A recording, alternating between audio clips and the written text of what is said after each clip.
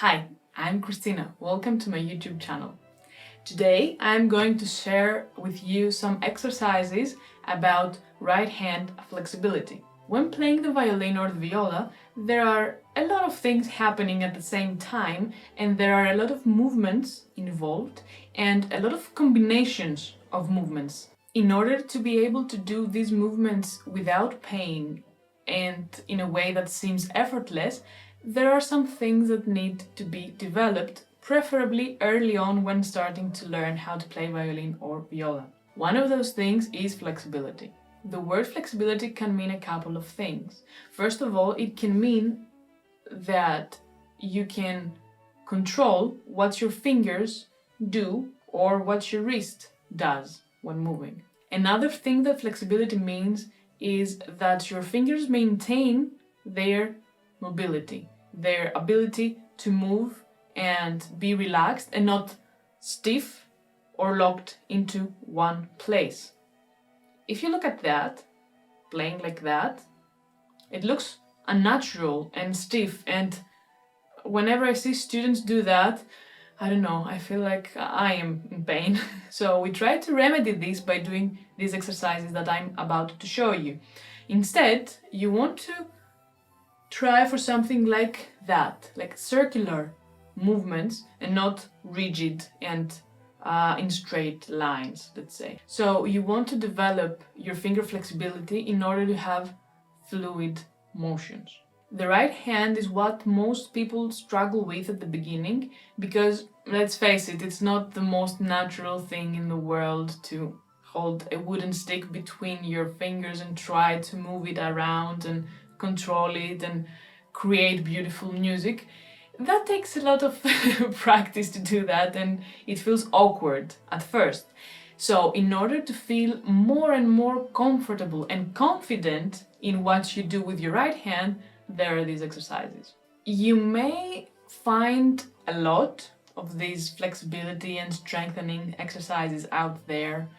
So I have collected a few that I find most helpful and very important to know. I have broken down these exercises into 3 parts. This part number 1, which is the easy set of exercises. There is going to be a part 2 with the medium difficulty exercises, and part 3, the hard exercises. In order to be able to follow along and do these exercises, you need to know how to hold the viola bow. So in case you don't know that yet, I have made a tutorial on that, how to hold the viola bow in 3 easy steps, and you can find the link down in the description. At first, those exercises are going to feel super awkward and weird, but be persistent and patient and you will get there. It just takes a little bit of time at first. Don't try to avoid making mistakes and don't struggle to do everything perfectly with the first try. Make mistakes, because that's the way we learn and it's natural. So just be patient with it. I guarantee you that the more you do those exercises, the greater the results will be. And your bow grip and your bow strokes will benefit a lot from that and take your playing to the next level. Let's get started, shall we?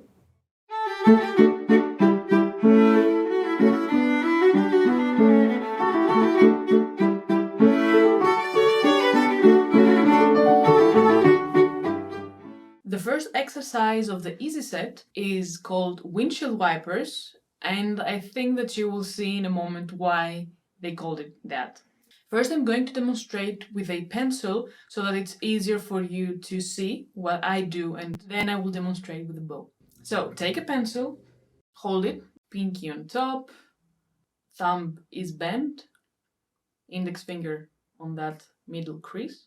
And what you want to do for this exercise is simply turn your forearm until your palm faces up.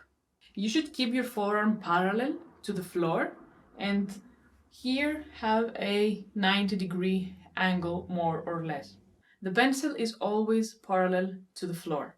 We call that movement supination and that movement pronation. Don't turn your elbow in, just let it be there, steady, and try to turn your forearm only. Now I will demonstrate the same thing with the bow.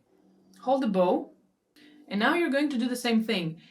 You may realize that the moment you hold the bow, it's heavy, so for the first time that you do this, you can place your left hand on the tip of the bow, below the hair, and then try the exercise. So I'm going to supinate, turn my hand like that, bow always parallel to the floor, and then I'm going to pronate and reach back to the hand. And now it's the time that you realize why it's called windshield wipers. Wait, wait. Practice this exercise on rainy days or in your car. I'm kidding. That's basically the exercise. Try to not go like down like that or like that, because it will require to turn your hand a lot and you don't want that. Now, let's do the following. Let's supinate, and I want you to remove the pinky, the ring, and the middle finger. You will realize that you are able to hold the bow only with two fingers, the index finger and the thumb. So the index finger is what takes all the weight of the bow, and the thumb acts as a counterweight. So if I remove the thumb, of course the bow will fall off. Do not try that. Or at least try it on top of a couch or a bed or a carpet at least. Try pushing your thumb down, like doing push-ups. And when you push down, the tip of the bow goes up. And your index finger acts as a seesaw. Try to keep the bow hair as straight as possible and not tilting like that. And it's like strengthening these muscles over here that control the thumb. Now let's do the opposite. Hold it properly again, and then turn your hand, pronate. I want you to feel where the weight of the bow goes. It goes to the pinky. So if I lift my pinky, the bow drops. Try that. So hold the bow and then drop it by dropping the pinky or lifting the pinky. It's a little bit easier if you just drop the pinky completely. So drop the pinky and now try to bring it back up. That's a little bit hard for now, but if you advance and master this exercise, you can then try and bringing the bow back up. The thumb is the finger that acts as the pivot point now, as a seesaw, the bow moving on top of the thumb like that. Now we're going to lift the index finger, the middle finger, and the ring finger, and after a little bit of practicing, you may find that you can hold the bow with only two fingers, the thumb and the pinky. In that case, the pinky is the counterweight. So if I lift the pinky, the bow would fall. The main reason why this exercise is very important is because first, it helps you realize where the weight of the bow is when you turn your hand, so in the pinky or in the index finger. It helps strengthen your pinky, your thumb, and your index finger and work well together because, for example, you're going to need this strength when you lift the bow off of the string. If I want to lift the bow off of the string, I will try to do that. Or I will try to do that. That's the windshield wiper exercise. So you can use it to land the bow on the string and of course to lift it. So if, for example, I do that, just hitting the strings with my bow, and then I will add a little bit of sideways motion, and as you can see, there's sound, like a bouncy sound coming off the string. And I do it just with my fingers, what I learned from the windshield wipers and the pronation and supination. This technique is called spiccato, and it sounds like that.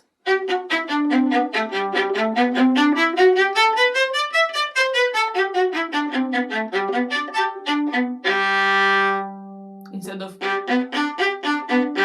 staccato. spiccato, which is on the string. So one use of this exercise is to help you develop the flexibility needed in order to do spiccato at some point. The second exercise of the easy set is called motorcycle. You want to start by lifting your arm and have a 90-degree angle here at your elbow, relaxed, forearm parallel to the floor and wrist completely relaxed. I'm going to hold the pencil and I'm going to do the following. Place your left hand below your wrist and support the weight of your arm. And now drop the wrist completely and then lift it as far as it can go. If you experience any tension or pain, don't go all this way until here, 90 degrees, but until a point that you feel comfortable and it feels effortless and without pain. What's necessary is to experience the motions of your wrist and the range of that motion. So I support my hand so that it remains parallel, and I just do that, which resembles how motorcyclists do when they switch gear. I don't know what they do because I don't drive a motorcycle myself, but that's the movement involved, that movement. And then you can try it without the left hand. Let's see how it looks like with the bow. Hold the bow, place your left hand below the hair near the tip, and do the same. I will turn this way so that you can see. And it looks like that. So as long as you don't feel pain, you're good to go. Try to maintain flexibility and be as relaxed as possible with the forearm always parallel to the floor. When you do this exercise, aim that the bow hair looks towards you when your hands like that, and the bow hair look the other way, like there, down there, or at the wall when you do that. So by that motion, we're tilting the bow. We're changing where the bow hair look. This exercise is important because, as I mentioned, helps you realize what's the motion that you need to do in order to tilt your bow. And I will show you how that's needed. So I place my bow on the viola, like that. And when I do the motorcycle forward, there's not much bow hair touching the string. When I go the other way,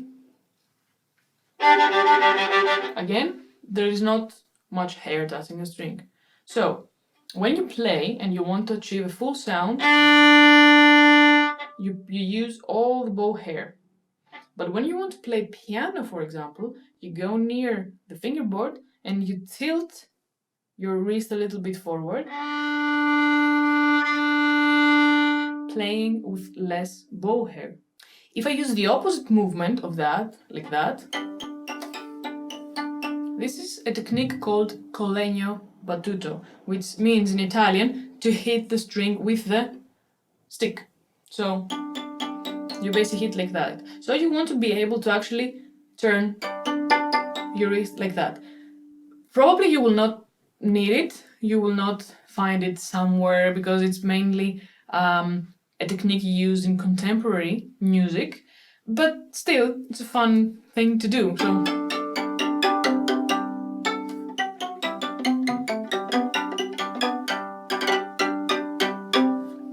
a last but not least example of why you need the motorcycle movement is for string crossings.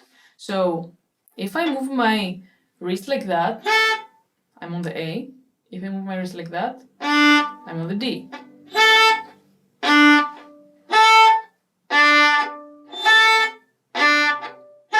Just by lowering my wrist, I can change strings. Of course, that's not how we do it, but wrist motion and flexibility is necessary to do fast string crossings and smooth string crossings.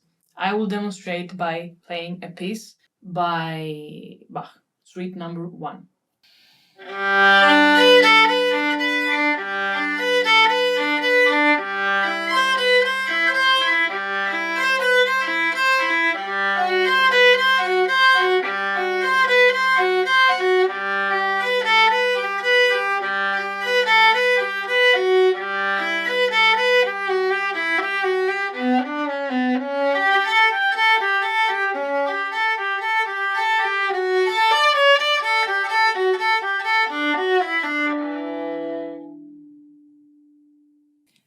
notice how my wrist was moving in a flexible way while doing the string crossings. Now I will do the same thing with stiff wrist.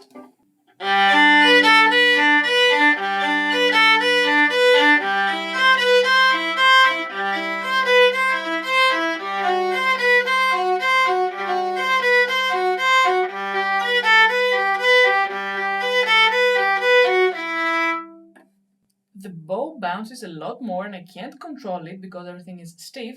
And if you noticed, the sound was not so fluid and sustained, but it had like gaps in between string crossings.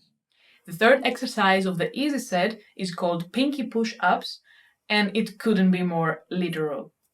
So take a pencil and hold it like you would hold the bow. What you're going to do is push your pinky down. A lot of people, when starting to play the violin or the viola, they have a straight pinky, which if you watch my tutorial on the bow hold, you will see why it's not helpful when playing. We need the pinky to be curled. But for the sake of this exercise, we're going to straighten the pinky and then relax. Straight, relax. Let me turn the pencil the other way around. When I straighten my pinky, the tip of the pencil goes up. And when I relax it, it goes back to being parallel to the floor. Up, down, up, down. The rest of the fingers will want to follow along, so if the other fingers are stiff, no matter what you do with the pinky, the pencil is not moving. If the pencil tip is moving, it means that you're doing the exercise correctly. If it's not, then you probably need to bend your thumb, in case it's not bent already, and relax all the other 3 fingers so that they can act as pivot points for the pinky to push and relax the pencil. Now I'm going to demonstrate the same thing with the bow. The bow is much heavier than the pencil, so the first time you try this exercise, place your left hand below the bow hair at the tip of the bow. Now I'm going to push, whoop, and the tip of the bow lifts off my hand. If the other fingers are stiff and holding the bow, it will make no difference if you try to push your pinky down. So all the other fingers should be relaxed and your thumb should be bent. Again.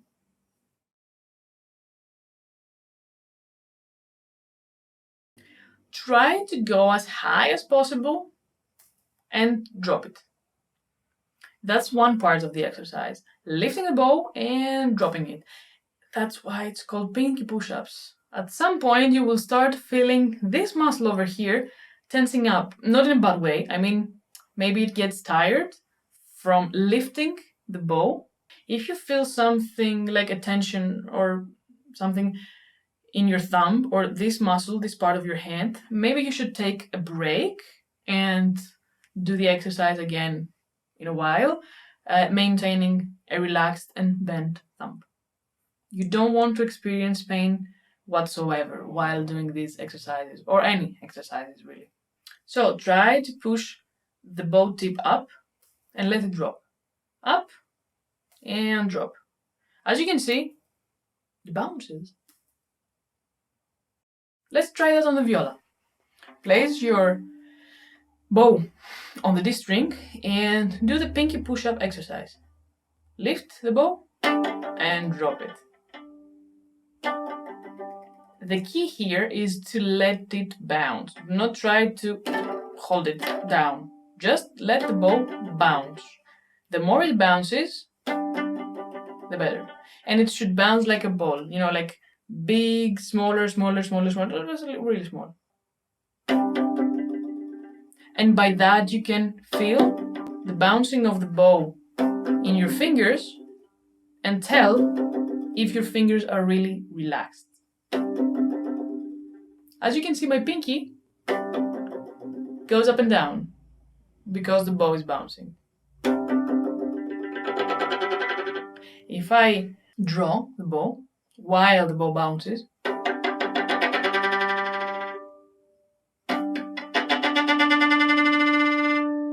have this really cool technique called Ricochet. So pinky push-up and stroke. So you play around with speed and height, and you have this technique.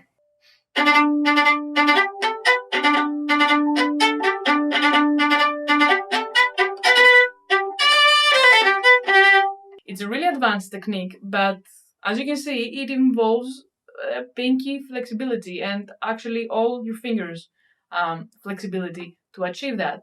The second part of this exercise is to try to lift the bow and then land it smoothly on your hand. So you straighten the pinky and then you slowly land the bow on your hand. This is also really important, and you should be able to do that when needed, and I will show you why. When you want to place your bow on the string without the bow bouncing, so if I lift it and then I just drop it, it bounces a lot. So if I want to control how much it bounces, I slowly curl my pinky and let it drop. And the bounce is not so audible. So you're actually landing the bow on the string using your pinky only.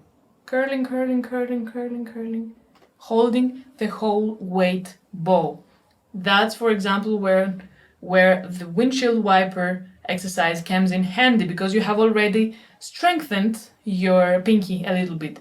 This particular exercise, pinky push-ups, strengthens your pinky a lot, and it will help you with bow control tremendously.